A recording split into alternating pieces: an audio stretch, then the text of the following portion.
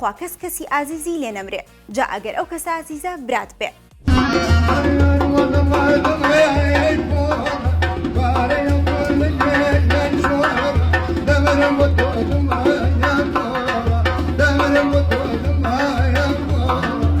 محمود محەممەد هونەرمەندی ملی مەرگی براکەی سەر تاپای ژیانی گۆڕی و حوسەڵە و تااقەتەکەی جارانی نەماوە.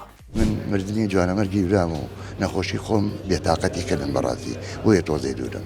بۆ مایکی 1964 هەندێک دەردەدڵی کردووتی زەم و زەمکاری و قسەی ناشرین هونەری پێناوترێ جاران ئەم شەڕەبەندی ئێستانە بوو هونەر و گۆرانی وتن هەبوو.